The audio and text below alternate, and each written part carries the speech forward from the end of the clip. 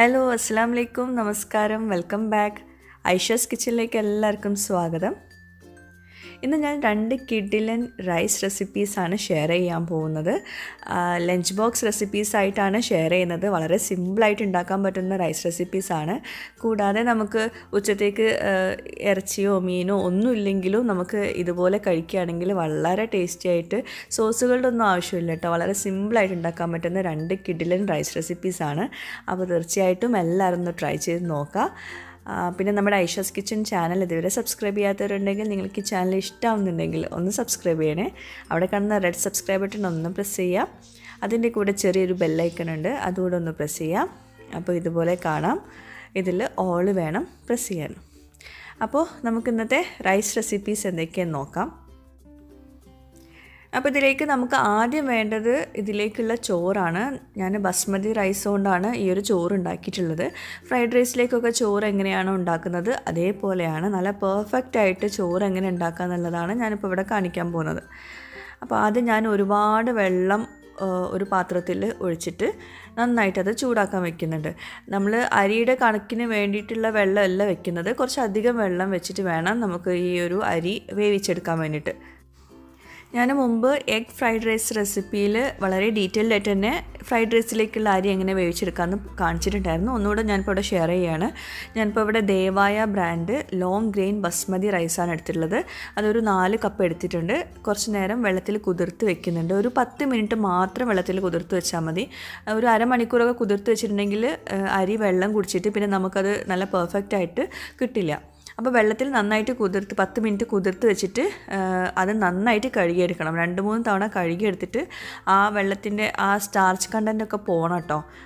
അപ്പോൾ നമ്മുടെ വെള്ളം ഇവിടെ തിളയ്ക്കുന്നുണ്ട്. അതിലേക്ക് ഞാൻ ഉപ്പ് ചേർത്ത് കൊടുക്കുന്നുണ്ട്. ഇനി ഇതുപോലെ ഒരു ചെറിയൊരു കഷ്ണം ചെറുനാരങ്ങ പിഴിഞ്ഞിട്ട് അതിലേക്ക് ഒഴിക്കണം. ഈ ചെറുനാരങ്ങ പിഴിയുന്നത് എന്തിനാണെന്ന് വെച്ചിട്ടുണ്ടെങ്കിൽ അരി നല്ല വൈറ്റ് കളറിൽ കിട്ടാൻ വേണ്ടിയിട്ടാണ് ചെറുനാരങ്ങ പിഴിയുന്നത്. പിന്നെ കുറച്ച് ഓയിൽ വേണമെങ്കിൽ ഒഴിച്ചു കൊടുക്കാം, അരി നമ്മൾ വേവിച്ചെടുക്കുമ്പോൾ ഒട്ടി പിടിക്കാണ്ടിരിക്കാൻ വേണ്ടിയിട്ട്.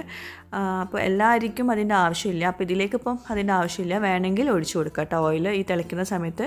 ഇനിയിപ്പോൾ ഞാൻ നന്നായിട്ട് കുതിർത്ത് വെച്ചിട്ട് 2-3 തവണ അരി കഴുകിയിട്ട് വെള്ളം വാർത്തെടുത്തിട്ട് വേണം ഇതിലേക്ക് ഇട്ട് കൊടുക്കാൻ. ആ വെള്ളത്തോട് കൂടിയിട്ട് ഇടരുത്, കാരണം അതിൽ ഒരുപാട് സ്റ്റാർച്ച് കണ്ടൻറ്റ് ഉണ്ടാവും.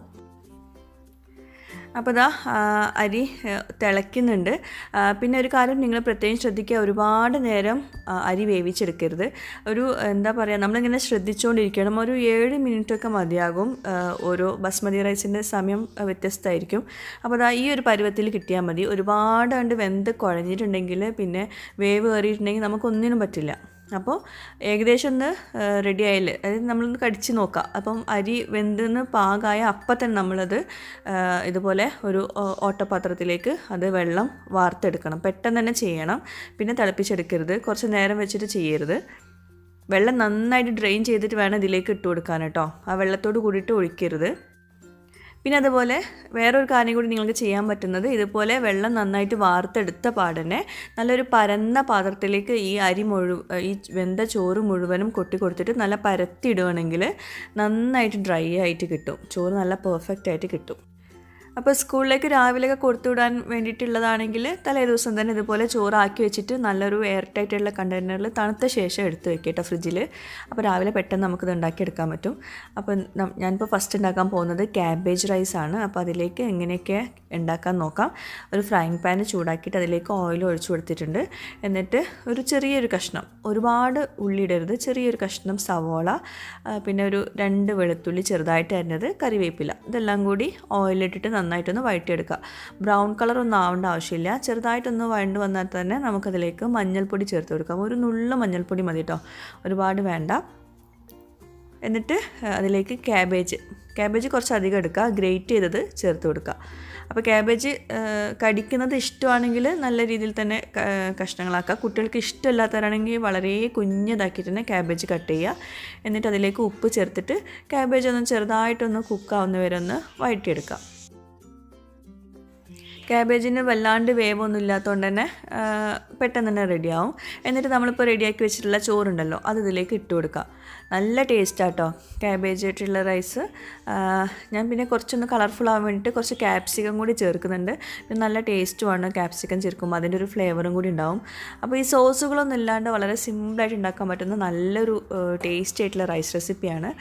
കണ്ടോ, പെട്ടെന്ന് റെഡിയായി. എല്ലാം കൂടി ഒന്ന് മിക്സ് ചെയ്ത് കൊടുക്കുക. പിന്നെ ഇതിലേക്ക് കുട്ടികൾക്കാണെങ്കിൽ കുരുമുളക് പൊടി ചേർക്കണ്ട. നമുക്കൊക്കെ കഴിക്കുമ്പോൾ കുറച്ച് കുരുമുളക് പൊടി മുകളിലൊന്ന് സ്പ്രെഡ് ചെയ്ത് കൊടുക്കുമ്പം ഒന്നുകൂടെ ഫ്ലേവർഫുൾ ആവും. അപ്പം വേണമെങ്കിൽ കുറച്ചധികം ചേർത്ത് കൊടുക്കാം. ഞാൻ കുറച്ച് മാത്രമേ ചേർക്കുന്നുള്ളൂ.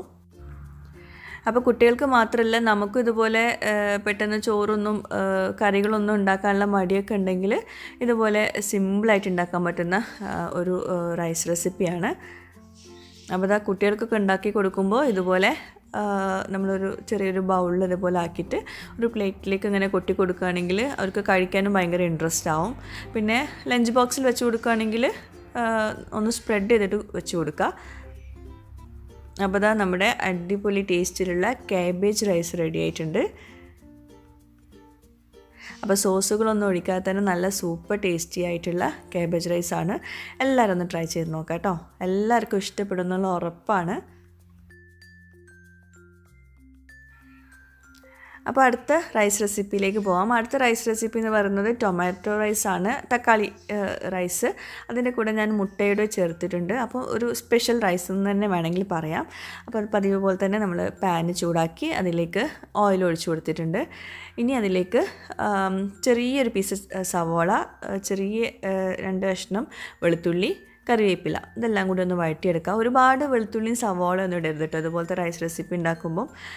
ഇനി ഒരു ഫ്ലെയിം കുറച്ച് വെച്ചിട്ട് അതിലേക്ക് മഞ്ഞൾപ്പൊടിയും മുളക് പൊടിയും ചേർത്ത് കൊടുക്കുന്നുണ്ട്. മുളക് പൊടി ഞാൻ നേരത്തെ തന്നെ ചേർക്കാൻ കാരണം ഈ ഒരു റൈസിന് ഒരു നല്ലൊരു കളർ കിട്ടാൻ വേണ്ടിയിട്ടാണ്. പക്ഷേ അധികം എരിവുണ്ടാവില്ല, കുറച്ച് മുളക് പൊടി മാത്രം എണ്ണയിലേക്ക് ഇട്ട് കൊടുക്കുകയാണെങ്കിൽ.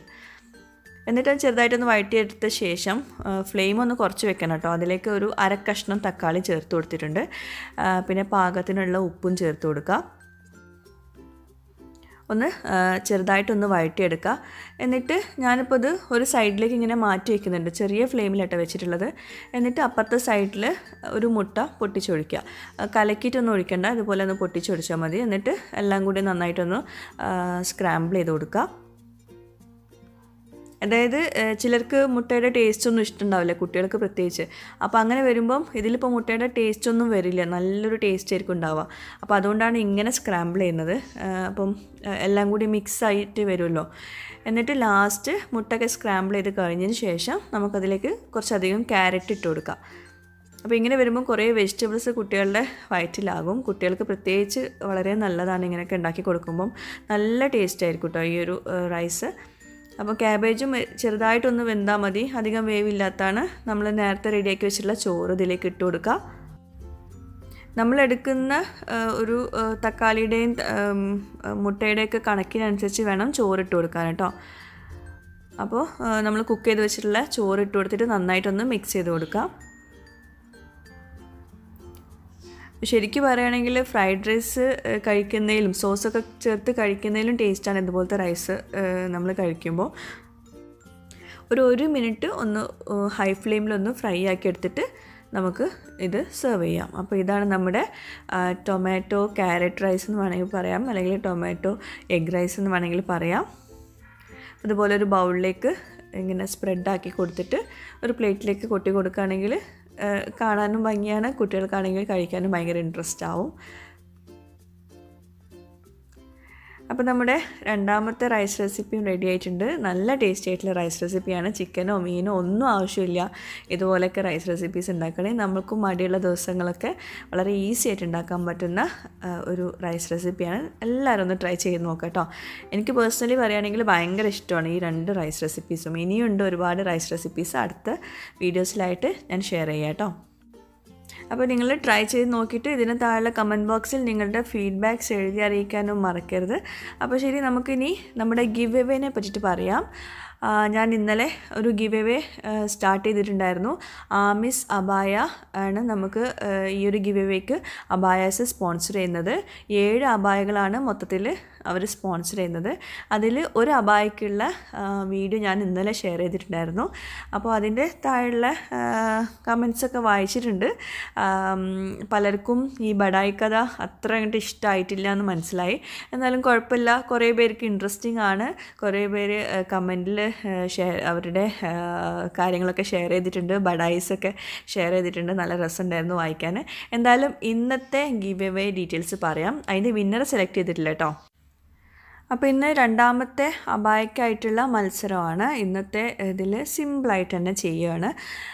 AKAA ഇതിൽ കാണുന്ന പോലെ കമൻറ്റ് ബോക്സിൽ ടൈപ്പ് ചെയ്യുക. എന്നിട്ട് നിങ്ങളുടെ പേര് കമൻറ്റ് ചെയ്യുക. അത്രയേ ഉള്ളൂ ഇന്നത്തെ ഇതിൽ.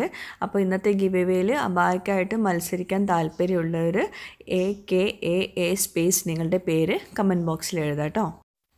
അതുപോലെ ഇന്നലത്തെ നമ്മുടെ ബഡായി കഥ എന്നുള്ള ആ ഒരു ഗെയിം ഉണ്ടല്ലോ, അതിലെ വിന്നറെ സെലക്ട് ചെയ്യുന്നത് നാളെ രാവിലെയാണ്. അപ്പോൾ ഇന്ന് രാത്രി വരെയാണ് അതിൻ്റെ സമയം കേട്ടോ. അപ്പോൾ എല്ലാവരും അത് ഇതുവരെ കാണാത്തവരുണ്ടെങ്കിൽ അന്ന് കണ്ടു നോക്കൂ ആ ഒരു വീഡിയോ. അപ്പോൾ വേറെ നല്ല അടിപൊളി വീഡിയോയുമായിട്ട് വരുന്നവരേക്കും ബൈ, താങ്ക് യു.